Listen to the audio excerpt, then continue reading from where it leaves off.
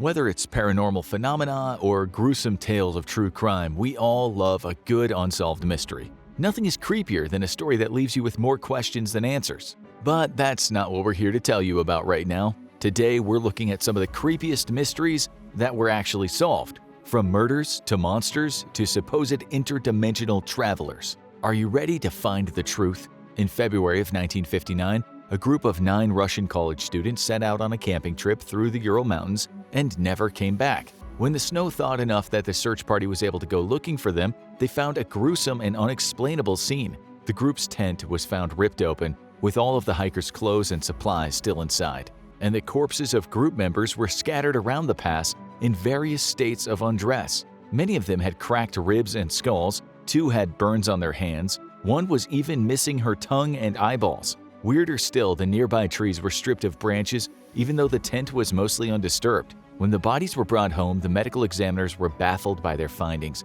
and ruled the cause of death as simply a compelling unknown force. The case, known as the Dyatlov Pass incident after the hiking team's leader Igor Dyatlov, immediately captured the public's imagination and has attracted countless conspiracy theories in the years since. Some think it was the result of secret nuclear weapons testing or Soviet mind control experiments. Others think it might have been the work of aliens, vengeful spirits, or even a rogue abominable snowman. For years, it seemed like we might never know the truth, but in 2019, we got an answer from a pretty unlikely place. A group of scientists wanted to test the theory that an avalanche might have been to blame for the deaths of Igor Dyatlov and his friends. It had previously been thought that an avalanche wouldn't have occurred at the gentle 30-degree incline that their campsite was at, ruling it out as an explanation. However, when snow expert Johann Gaum and geotechnical engineer Alexander Perzin did the calculations, it turned out that a slope of 30 degrees is just steep enough for an avalanche to pick up speed. It was an interesting hypothesis, but to truly test it, the scientists needed to run a simulation, and for that they enlisted the help of the VFX team from Disney's 2013 smash hit Frozen. Turns out that for the movie, Disney animators had developed a software plugin that could render incredibly realistic snow effects. So realistic, in fact, that the scientists were able to recreate the Dyatlov Pass campsite in a 3D simulation, which proved once and for all that an avalanche could have killed the campers and stripped branches from the trees while still leaving the tent intact. Who says you can't learn anything useful from cartoons? Let's go from the frozen wastes of Siberia to the sunny beaches of Australia. In 1948, an unidentified body was found at Somerton Beach in Adelaide, South Australia. He had no ID on him, all the tags had been removed from his clothes, and the only things in his pockets were a comb, a pack of cigarettes, and a scrap of paper reading Tamam Shud, Farsi for "it is finished." This scrap was later found to be taken from a copy of the Bhagavad Gita, an ancient Hindu epic. When his copy was tracked down, investigators found coded messages written on the book's inside cover, codes which still haven't been decrypted to this day. Despite these strange clues, nobody could identify the body, and the Somerton man was buried the following year with a tombstone reading, "Here lies the unknown man found on Somerton Beach." The most popular theory about the Somerton man's identity is that he was a spy, possibly Soviet or American, who had died by poisoning. But since even fingerprint databases turned up short, there was no way to be sure.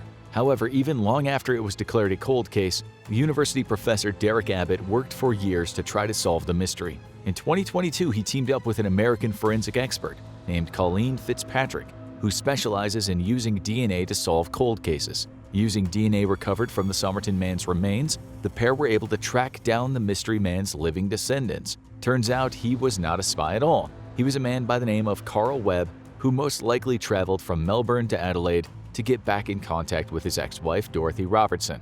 So that was one part of the Somerton man case closed. But even though we now know who he was, it's not clear how he died, or why he had that mysterious note in his pocket. The next mystery is maybe the most creepy and unsettling of all, because it's about you. That's right, you. Have you ever Googled yourself only to find your personal information exposed on one of those public listing sites? Why is your info on a bunch of random sites? Well, it's because data brokers are making a fortune selling your information to robocallers, spammers, and others who want to learn more about you, like where you live.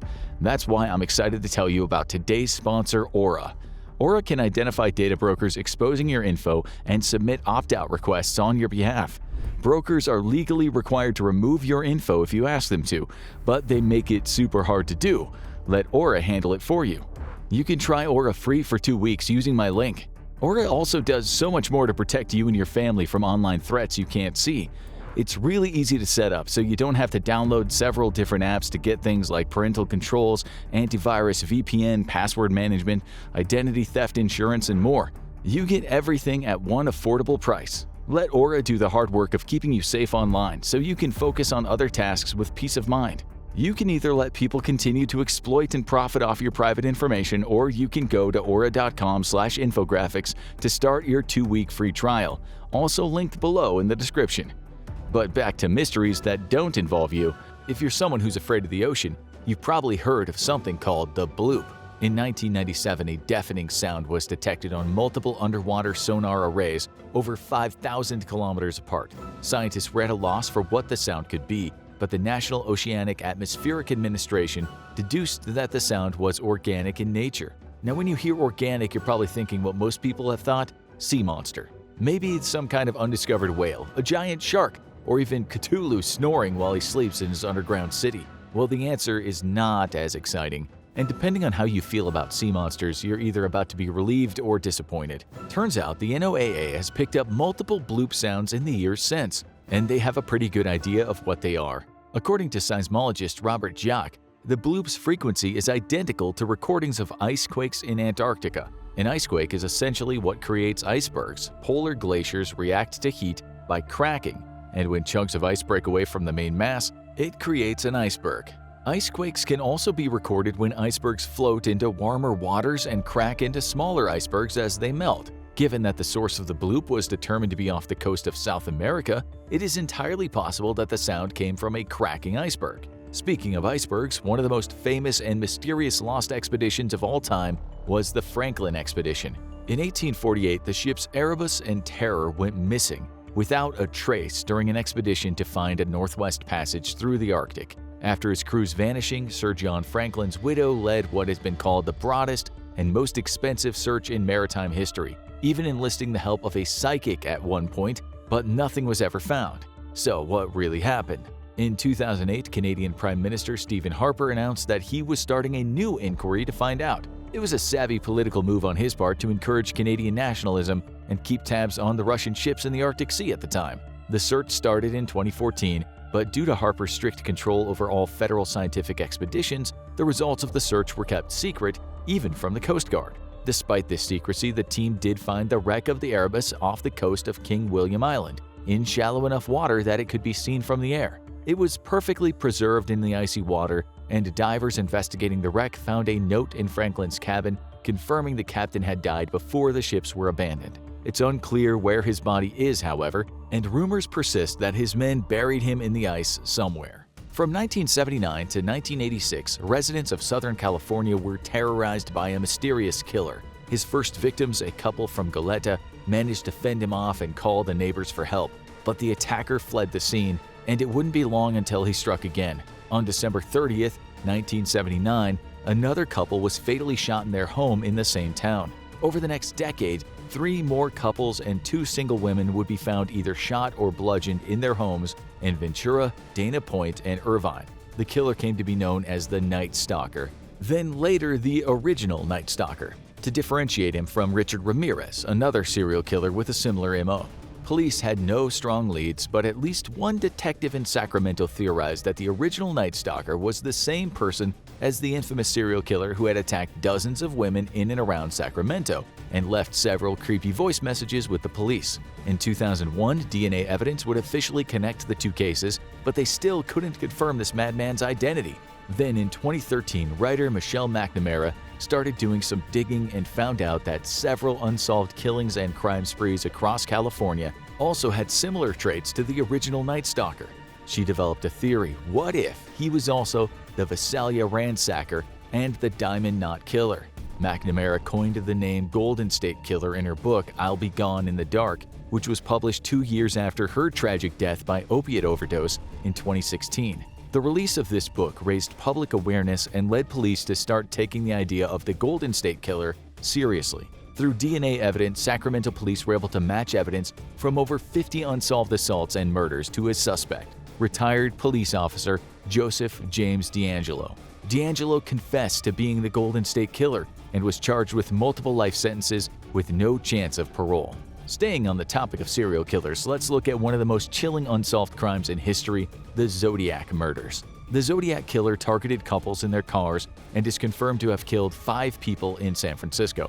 The most famous aspect of his crimes, however, were the coded notes that he sent to the newspapers across the city. Some of these notes were decoded, but others proved nearly impossible to crack. We say nearly impossible because in 2020 a group of cryptography experts finally cracked one of the Zodiac Killer's most mysterious messages. The codebreakers were American cryptologist and Zodiac researcher David Oranchak, Australian mathematician Sam Blake, and Belgian programmer Jarl van Eyck. Together, the men found a solution to the Zodiac's 340 cipher, considered a holy grail for codebreakers, using a program called AZ Decrypt and a university supercomputer called Spartan. It took a lot of trial and error over several months. In fact, the 3 codebreakers tried around 650,000 possible combinations before they got a result. For their efforts, Blake, Van Eyck, and Oranchak were officially recognized by the FBI. Unfortunately, though, the note didn't reveal the killer's name as some thought it would. Still, this is a huge discovery that adds one more piece to the Zodiac puzzle.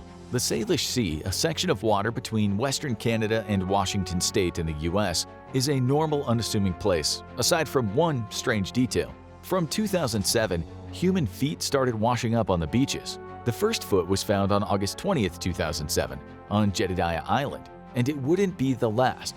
The feet were usually found wearing sneakers, though a couple were found wearing hiking boots, and most were never matched to their pair. Theories ranged from a plane crash wreckage to the remains of people who had died in the 2004 Boxing Day tsunami to even a serial killer. But DNA evidence has since proven that the real answer to this mystery is more tragic.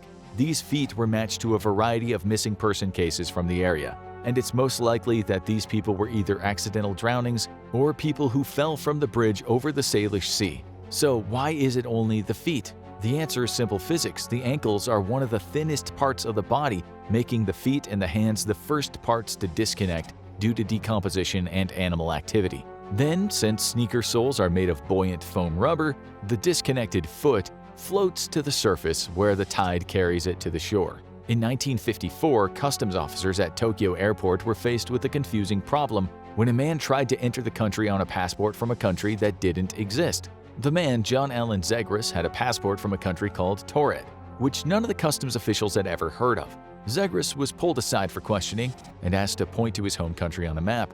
Zegras became confused and angry, insisting that the maps must be wrong because where Taured should be was the Principality of Andorra, which he had never heard of. Zegras was taken into custody and supposedly vanished overnight. Was John Allen Zegras from an alternate reality? Not really. Unless by from an alternate reality you actually mean lying. According to a British newspaper report from 1960, John Allen Zegras was well known to the British and American governments for using bogus passports and traveling under false identities. Zegras conned his way around the world by pretending to be a high-ranking diplomat from Tamanrasset, the capital of Taured, a city and a country that he claimed was in sub-Saharan Africa, but that he actually completely invented.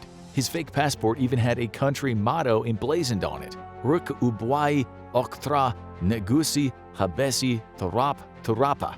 This motto also meant nothing, but it made the passport look more official and got Zegras into many countries around Africa, Europe, and Asia. It just so happened that the border guards at Tokyo were the first ones to fact-check Zegras' claims, and his confusing attempts to double down on the lie led to the rumor that he was from another dimension.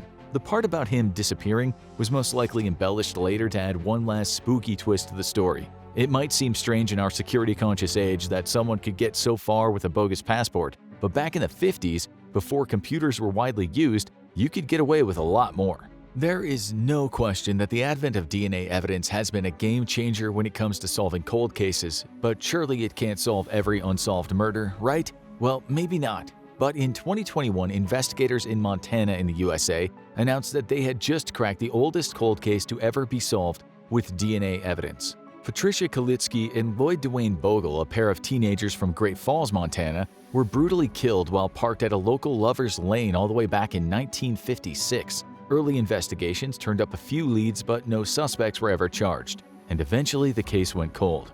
That was until 2012, when Detective Sergeant John Cadner was assigned to the task of digitizing the case files. He got the idea to try to see what DNA tests would turn up. It turned out that even though DNA testing wouldn't be possible for several decades, the detectives in 1956 had taken a vaginal swab of Patricia Kalitsky to determine if she had been sexually assaulted. The microscope slides from that swab were still in evidence, and they had been preserved well enough to test for DNA. In 2019, inspired by the arrest of the Golden State Killer, Detective Cadner got in contact with a lab called Bodhi Technology and got them to search for any living relatives the killer might have had. The test turned up a match: Kenneth Gould, a man from Missouri who had lived in Great Falls at the time of the murders. After 65 years, the killer was finally brought to justice. Well, sort of, anyway. Gould had actually passed away in 2007. But still, even though the killer never faced the consequences, the families of the victims still got some well-earned closure. In 1976, when the Viking orbiter sent pictures back to NASA from Mars, scientists were amazed to find that one of the mountains that the orbiter photographed looked almost exactly like a human face. The face on Mars quickly became a central part of the debate on whether or not we are alone in the universe. Was it artificially carved out by some lost Martian civilization? Unfortunately, it doesn't seem likely. Subsequent orbiters taking pictures from the Cydonia region of the Red Planet have gotten different angles on the so-called face and with higher resolution cameras. What all that has revealed is that what initially seemed to be two eyes, a nose, and a mouth were actually just shadows cast by some naturally forming craters in the mesa. But don't worry, true believers, that doesn't necessarily mean there are no Martians out there, just that they weren't carving faces onto their mountains. Now let's go from space to Spain. In 1971, the Pereira family of Belmez, Spain was plagued by a very strange ghostly phenomenon. One day, faces started appearing on their concrete floors. They tried everything to scrub them off, but somehow they always showed up again the next day. Even replacing the floor entirely didn't do anything to stop the faces from showing up. As soon as the new concrete set in, the faces came back. In no time at all, the house became swamped with journalists, tourists, and paranormal investigators, all trying to figure out what the cause could be. There was no evidence of paint or dye. Everyone was stumped. Even to this day, it's still not clear what could have caused these faces outside of paranormal phenomena. Just kidding. It was a hoax devised by some creative homeowners looking to earn some extra money. While some sources would have you believe this is an unsolved mystery, it was actually solved fairly quickly. The Spanish Ministry of the Interior commissioned its own independent study, which found that while there was no evidence of paint or dye, there was strong evidence that the stains were caused by rapid oxidation. The process of creating the faces was pretty easy.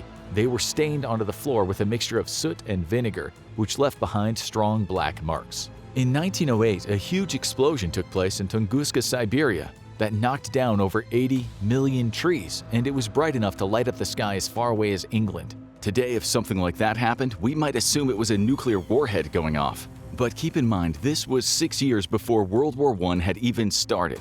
The atomic bomb was still in the realm of science fiction. So what could have caused so much devastation? Alien invaders? A mini black hole? Is it some kind of secret steampunk death ray? Well, it took scientists a full century of research to come to any conclusion, but we now have a pretty clear idea of what probably caused the Tunguska explosion.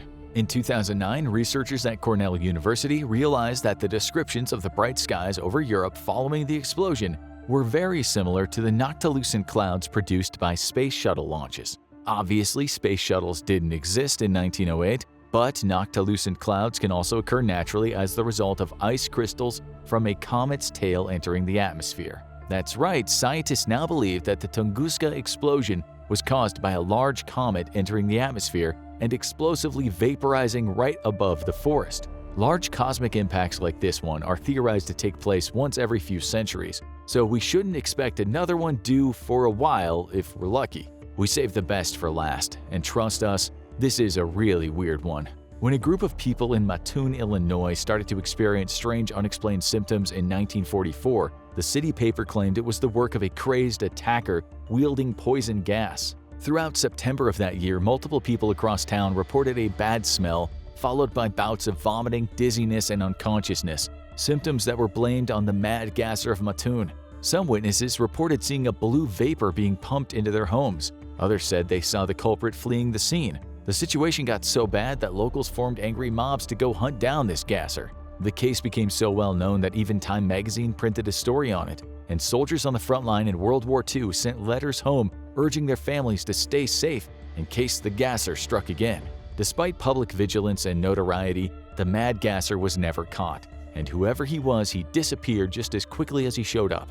How was he able to evade police so easily when he was such a prolific criminal? Well, it's probably because he wasn't quite as prolific as the media made him out to be. The most likely scenario is a blend of isolated events with mass hysteria.